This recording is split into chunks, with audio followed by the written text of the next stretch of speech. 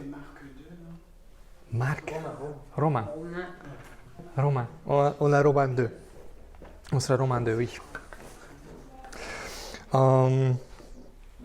Oui, donc ce matin, nous serons de nouveau, toujours en fait, dans Romains chapitre 2. Mais avant de commencer, un verset qu'on est en train de mémoriser, oui. Je sais. C'est Matthieu 7,7. 7. Oui, c'est ça. Parce que 4, 7, 7, oui. C'est frapper. Oui, c'est ça, oui. Genre, Oui. demander, frapper, recevoir. Exactement, c'est ça. Demandez, continuez à demander et vous recevrez. Cherchez, persévérez dans votre recherche et vous trouverez. Frappez, insistez et la porte vous sera ouverte. Car toujours, celui qui demande finit par recevoir, celui qui cherche finit par trouver, et à celui qui frappe avec insistance, la porte est ouverte. Ouais, je pense que ce verset est plutôt pour moi ce matin. Oui. Donc, nous sommes on est en train de regarder l'Épître aux Romains.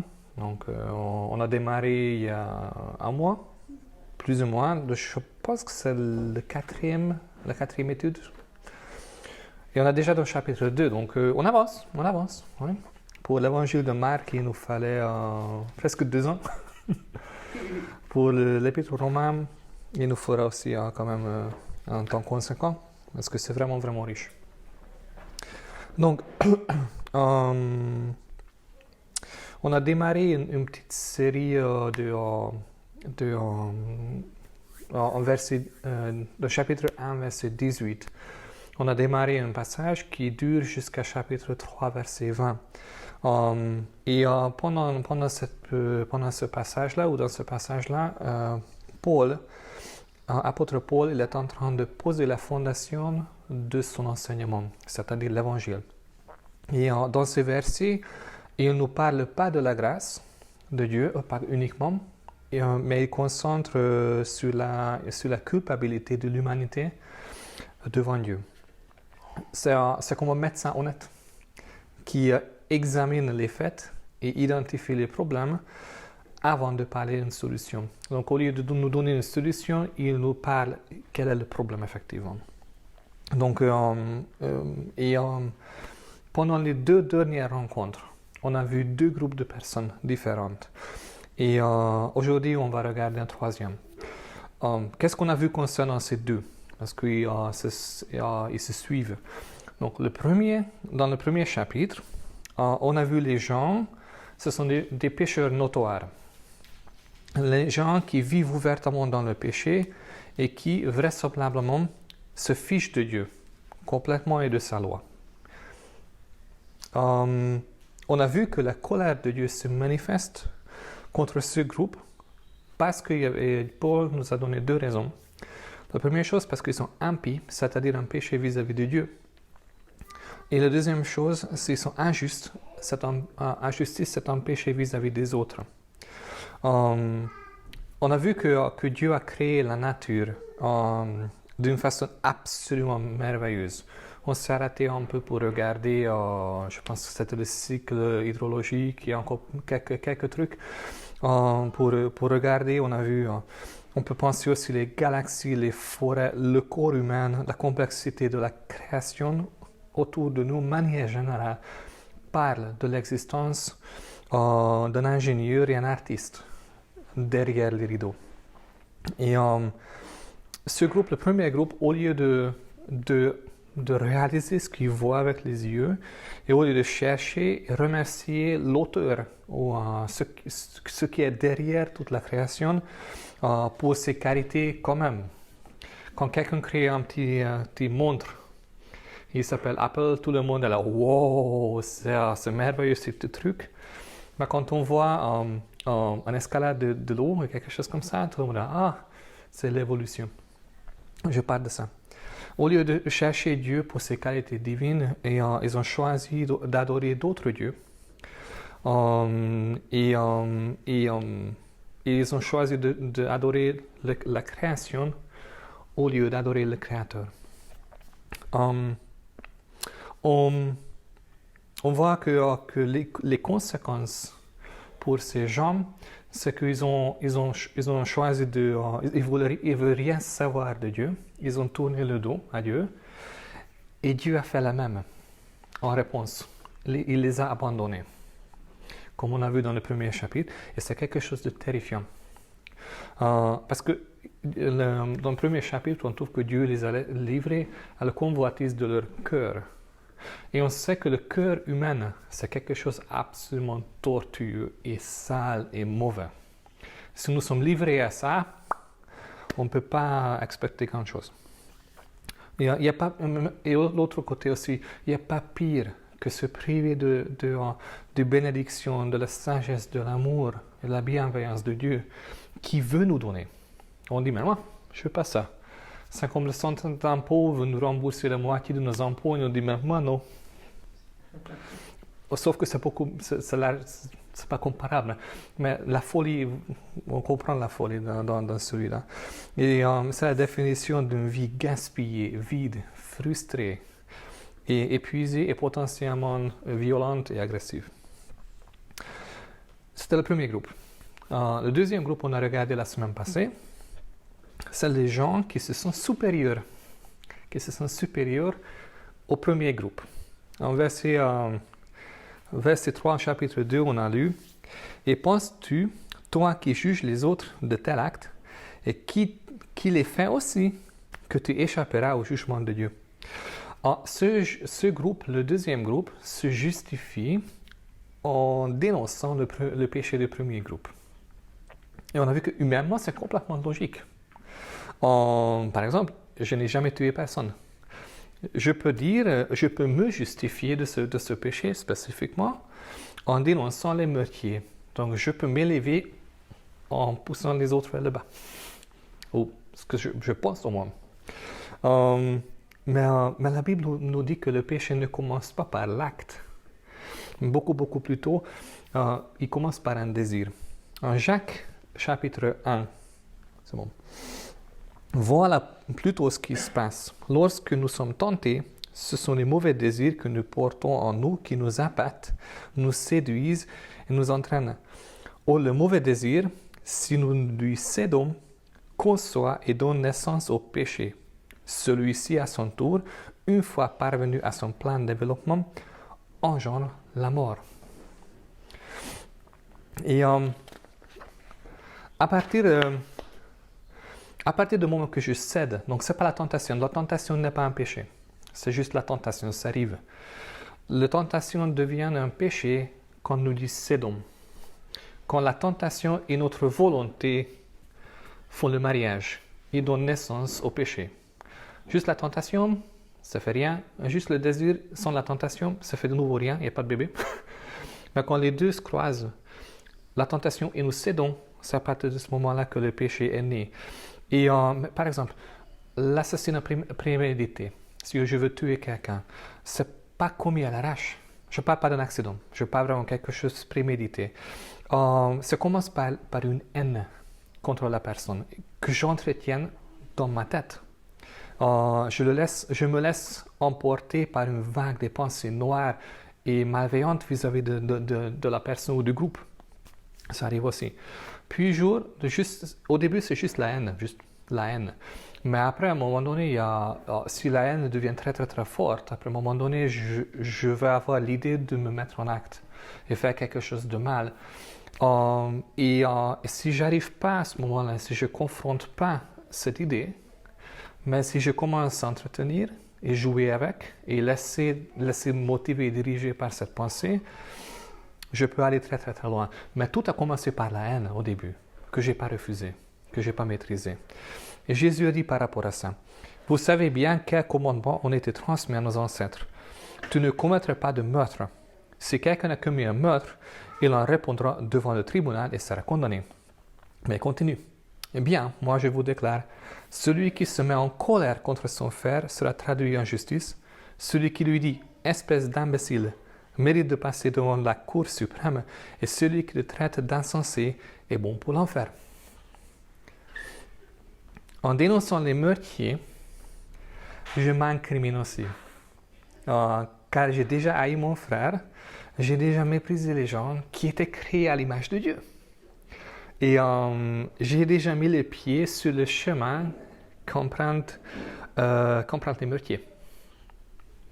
Donc, l'apôtre nous explique vraiment clairement que la personne moraliste, celui qui essaie de vivre une vie morale, n'est pas justifié devant Dieu.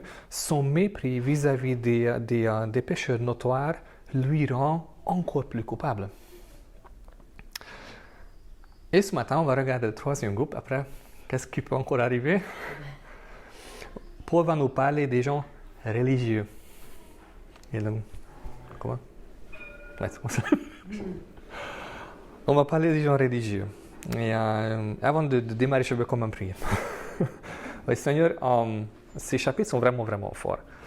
Et nous avons vraiment besoin de comprendre que ces passages ne sont pas là juste pour être là et pour nous condamner, mais ils sont là pour nous montrer le vrai problème et après donner une vraie réponse. Aide-nous à comprendre le sens de ces passages, qu'on puisse les bien appliquer dans nos vies. Amen. Ok, on y va? Romains, chapitre 2, verset 17. Je vais lire de 17 jusqu'à 20. J'aimerais à présent m'adresser en particulier aux Juifs parmi vous. Peut-être est-ce avec fierté que vous portez ce nom. Vous vous sentez tranquille et en sécurité parce que vous possédez la loi. Vous vous faites une gloire de connaître le vrai Dieu et de le servir. Vous prétendez connaître sa volonté et savoir discerner le bien du mal. Vous vous faites fort d'évaluer les actes d'autrui, de trancher le cas de conscience et de trouver à chaque problème une bonne solution. Vous savez apprécier les vraies valeurs spirituelles et distinguer l'essence de la religion parce que, depuis votre prime jeunesse, vous êtes instruits dans la loi. À cause de ces privilèges, vous vous croyez capable de guider les peuples aveugles, d'éclairer ceux qui errent dans les ténèbres. Vous vous sentez appelés à être les éducateurs des ignorants, des maîtres de ceux qui restent spirituellement des enfants, des nations mineures, et cela parce que dans la loi, vous possédez l'expression même de la science et de la vérité, la formule exacte de la connaissance et de la sagesse. Il y a quelques semaines en arrière, quand on a commencé à étudier l'Épître aux Romains, quand on a démarré, on a vu que les églises, parce qu'il y avait plusieurs, les églises à Rome étaient divisées par le pédigré de ses membres, c'est-à-dire il y avait des juifs et des non-juifs. Et ça posait un problème. En manière générale, il faut dire, surtout si on regarde l'Ancien Testament et la période pendant la vie de Jésus et juste après, les Juifs avaient une histoire pleine de fierté. Et il faut reconnaître que c'était la nation choisie par Dieu, parmi tous les peuples. Il était le descendant d'Abraham. C'est quand même quelque chose. Et c'est à la nation d'Israël que Dieu avait donné la loi à travers de Moïse. C'est Moïse qui parle dans ce petit passage qu'on va lire. Regardez comment Moïse évolue ce peuple dans Deutéronome chapitre 7. Tu es un peuple saint pour l'Éternel ton Dieu. L'Éternel ton Dieu t'a choisi pour que tu sois un peuple qui lui appartienne parmi tous les peuples qui sont à la surface de la terre. C'est quand même glorieux, hein? Ça nous donne une raison pour être fiers. On peut être vraiment fier si Dieu. On peut être fier si quelqu'un nous donne un honneur de quelque sorte, mais si c'est Dieu qui nous choisit, quand même, parmi tous les peuples, c'est que nous. Hein? Mais Moïse continue. Ce même passage, regardez le verset suivant, verset 7 et 8. Ce n'est pas parce que vous avez passé tous les peuples en nombre que l'Éternel s'est attaché à vous et vous a choisi. En fait, vous êtes le plus petit de tous les peuples. Mais c'est parce que l'Éternel vous aime, parce qu'il a voulu tenir le serment qu'il a fait à vos ancêtres, qui vous a fait sortir par sa main puissante et vous a délivré de la maison d'esclavage, de la main du Pharaon, roi d'Égypte. Dieu n'a pas choisi les Juifs parce qu'ils étaient les meilleurs, ou les plus intéressants, ou les plus intelligents, ou quoi que ce soit. Bien au contraire. Dieu savait que c'était un peuple fier, avec plein d'orgueil. Ils étaient petits. Tout au début, quand Dieu a choisi ce peuple, il y avait un seul homme. C'est petit comme nation. Un seul homme.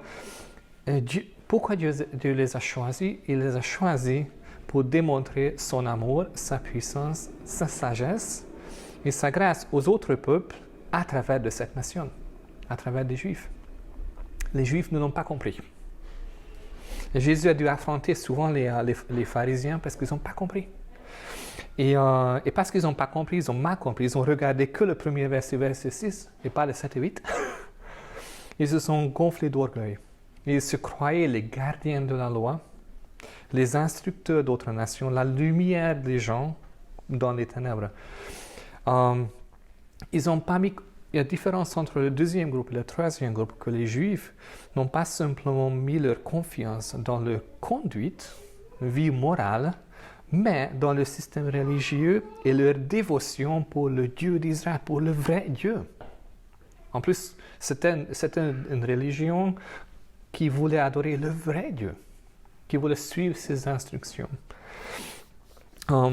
Il faut reconnaître qu'on trouve beaucoup de chrétiens comme ça aujourd'hui, dans le monde aujourd'hui, qui se croient mieux que les païens. Ils se sont capables de juger la vie de n'importe qui et de rendre des bons conseils à gauche et à droite, juste parce qu'ils ont la Bible en main. Peut-être vous avez déjà rencontré des gens comme ça, ou oui, j'en ai déjà rencontré un, moi-même. Et que dit Paul à ce groupe? Regardons, donc nous sommes Romains chapitre 2, verset 21 jusqu'à 24. Permettez-moi de vous demander, vous prétendez instruire les autres, auriez-vous oublié de vous enseigner vous-même? Vous prêchez aux autres, il ne faut pas voler. Ne vous est-il jamais arrivé de prendre ce qui ne vous appartient pas? Vous dénoncez l'adultère. Qu'en est-il de votre pureté en pensée et en acte? Êtes-vous si certain de votre fidélité conjugale? Vous avez odeur des idoles. D'où vient celle qu'on voit chez vous? Pourquoi pillez-vous leur temple?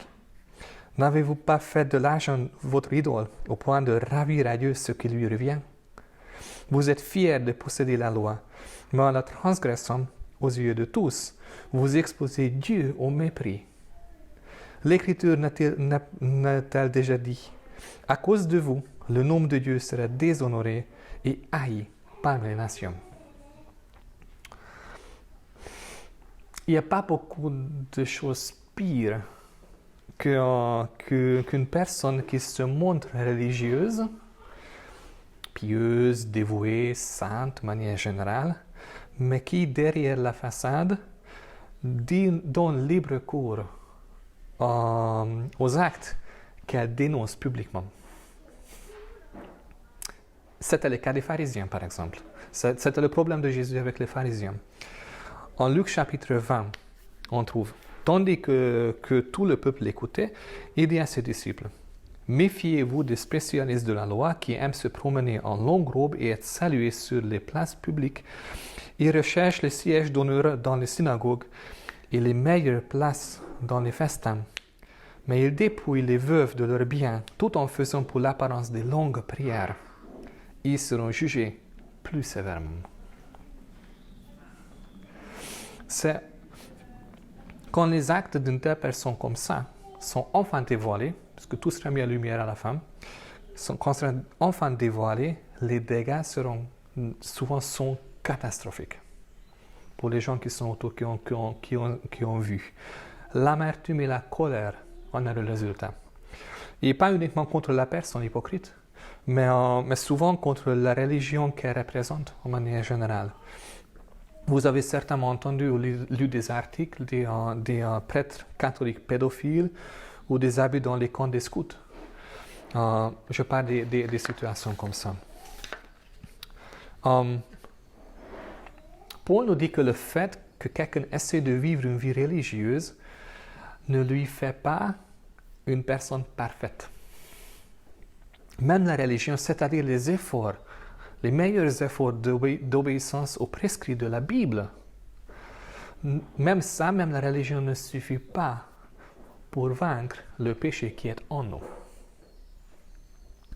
Si on met notre confiance dans notre obéissance à la loi, même la loi de Dieu, ou dans une autre religion, c'est plus ou moins la même chose, on sera déçu de notre performance plus en plus. On veut faire le bien, mais on ne peut pas. On n'a pas les moyens, on n'a pas la capacité. On n'a pas la puissance en nous pour accomplir nos désirs honorables. Au contraire, on se retrouve toujours à nouveau à faire le mal. On dit, il ne faut pas voler, mais on n'arrive pas à résister à la tentation quand c'est notre tour. Quand il faut être vraiment honnête avec quelque chose.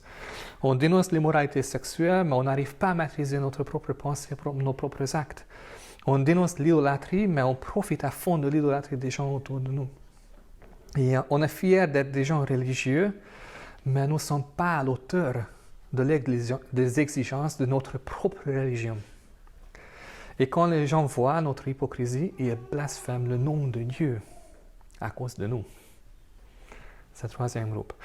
Et juste une parenthèse, quand j'ai préparé ça, Dieu m'a beaucoup parlé par rapport à ça, par rapport à ce texte. Il m'a dévoilé quand même pas mal de choses.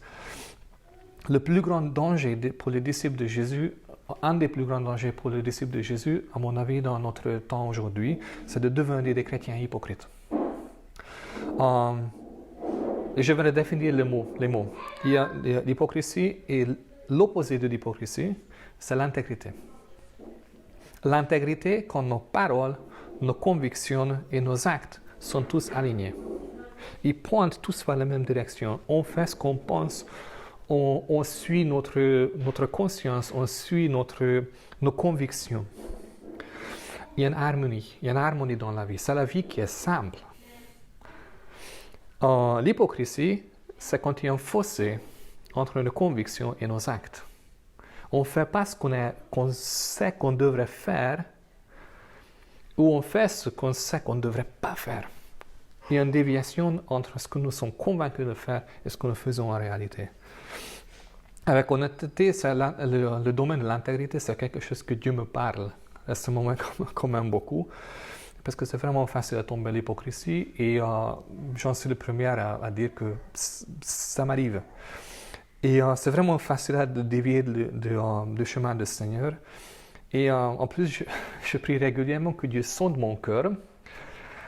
Et il le fait. Et ce qu'il trouve, ce n'est pas toujours beau. Et il m'a montré quand même des domaines dans ma vie où je devais me repentir et je dois changer. Pour revenir à notre texte, tout comme les deux premiers groupes, Paul nous montre que ni les pécheurs notoires, ni les moralistes, ni les gens religieux ne sont pas à la hauteur de la sainteté de Dieu. Mais alors, pourquoi Dieu a donné la loi? Si même en essayant de l'obéir, on n'arrive pas. Quel est l'avantage de grandir pour les Juifs, de grandir dans une famille juive, d'être juif? Et aujourd'hui, quel est l'avantage de grandir dans une famille chrétienne, d'être baptisé, d'avoir des bonnes résolutions de la foi dans la vie? Pourquoi l'intérêt si nous sommes tous coupables? Et Paul va répondre à cette question.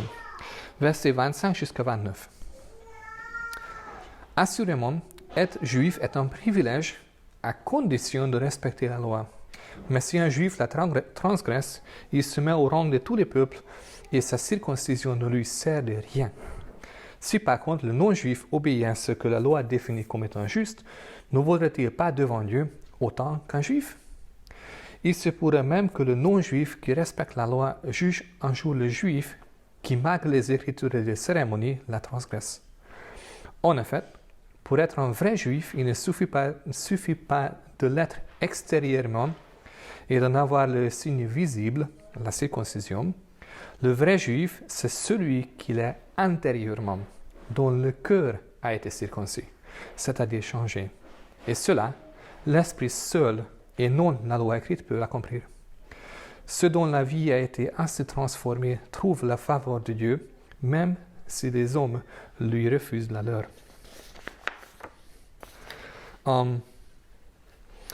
Ici, on parle de la circoncision. Nous sommes dans un contexte juif.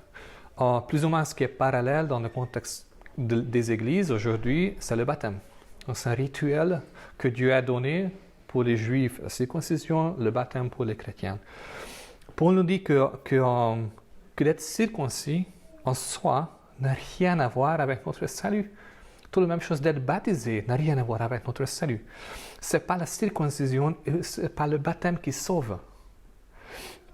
Ce n'est pas à cause du fait que j'ai grandi dans une famille chrétienne que Dieu m'accepte. Ce n'est pas à cause de mes amis chrétiens que Dieu m'accepte moi aussi. Ce n'est pas à cause de mon apparence sainte et pieuse devant tout le monde que Dieu me pardonne. Ça n'a rien à voir avec mon salut. Paul nous dit que ce ne sont pas les choses extérieures, physiques, qui sont importantes, mais ce qui se trouve à l'intérieur, ce qui se trouve dans le cœur qui compte. Et avec cette affirmation, il y a quelque chose d'intéressant que Paul fait ici. Il efface toutes les catégories que nous, les humains, chérissons autant. Il n'y a pas de différence si on a vécu comme des pécheurs notoires ou comme des moralistes ou comme des gens religieux. Si nous venons d'une bonne famille ou d'une famille de très mauvaise réputation, Dieu ne garde pas l'extérieur, mais il sonde le cœur. Et nous sommes tous égaux devant lui, de ce point de vue. Et dans ce dernier verset qu'on a lu, c'est le verset 29, je pense, c'est le dernier verset du chapitre, on trouve deux choses très, très, très importantes par rapport à ça. Première chose, c'est seul l'Esprit qui peut nous donner le cœur nouveau dont nous avons besoin. C'est en faisant appel à son nom, en comptant sur sa grâce, que nous sommes sauvés et transformés. On ne peut pas le faire en nous-mêmes. C'est peu grâce. Et deuxième chose, une vie transformée trouve la faveur de Dieu. C'est par l'œuvre du Saint-Esprit que nous devenons acceptés devant Dieu et nous sommes accueillis dans sa famille. C'est à cause du Saint-Esprit que nous ne devons plus courir après les approbations des gens, mais on peut trouver le repos de nos âmes en sachant que Dieu nous a acceptés. Et on va arrêter là. Avant de changer de sujet, on regarderait encore un peu l'importance de la loi et tout ça, encore une ou deux études.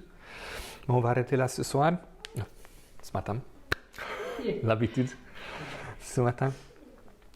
Et donc, Dieu, jusqu'ici, ce qu'on a vu à partir de verset 18 dans le premier chapitre, Paul nous a montré trois groupes. Le pécheur notoire, le moraliste et la personne religieuse.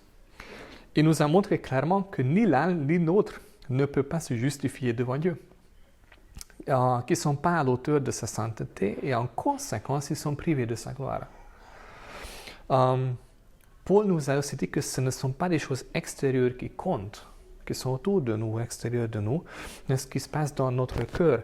Et c'est-à-dire le cœur, c'est le centre de notre être, le centre de notre motivation, nos passions, nos pensées, nos désirs. Notre être entier qui est résumé dans le mot « le cœur ». On a vu que nul peut plaire à Dieu par son propre effort. Le salut est par grâce uniquement. Et pourquoi est-ce que c'est si important? Pourquoi Paul passe autant de chapitres et autant de versets sur ce sujet? Pourquoi c'est important? Ok, d'accord, c'est pas grâce. Mais pourquoi c'est important? Parce que nous sommes orgueilleux. C'est le problème, c'est à cause de ça important. Si Dieu prenait en compte nos œuvres, on serait gonflé d'orgueil. Même si juste 1%. Si 99% c'est la grâce, 1% c'est nous, je vais être fier de mon 1%. Dieu a choisi de donner le salut par grâce. Et regardez en Ephésiens qu'on trouve.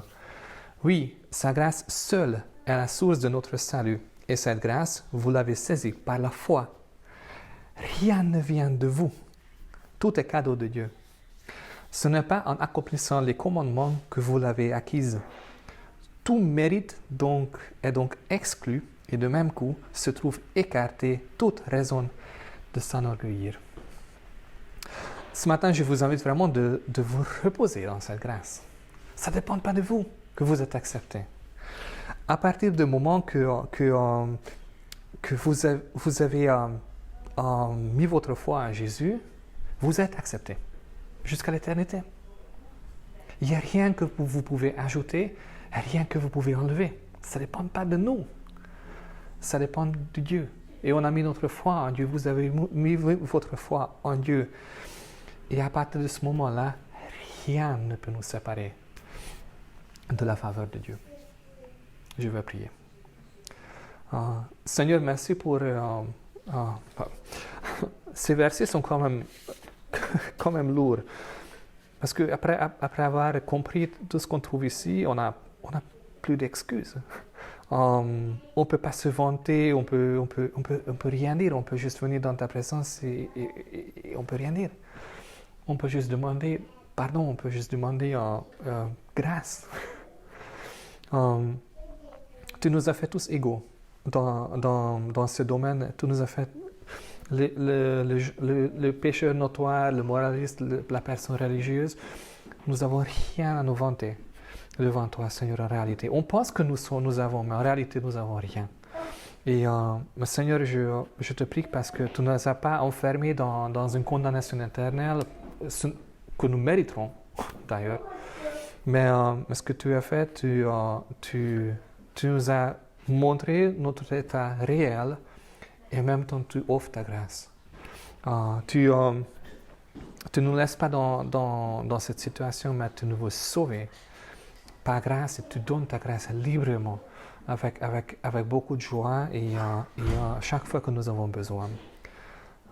Seigneur, je te remercie pour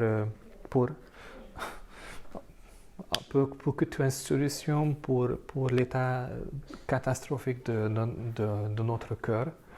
Et aussi que tu ne veux pas laisser comme ça, mais tu veux nous instruire, tu veux nous enseigner, tu veux nous diriger. Et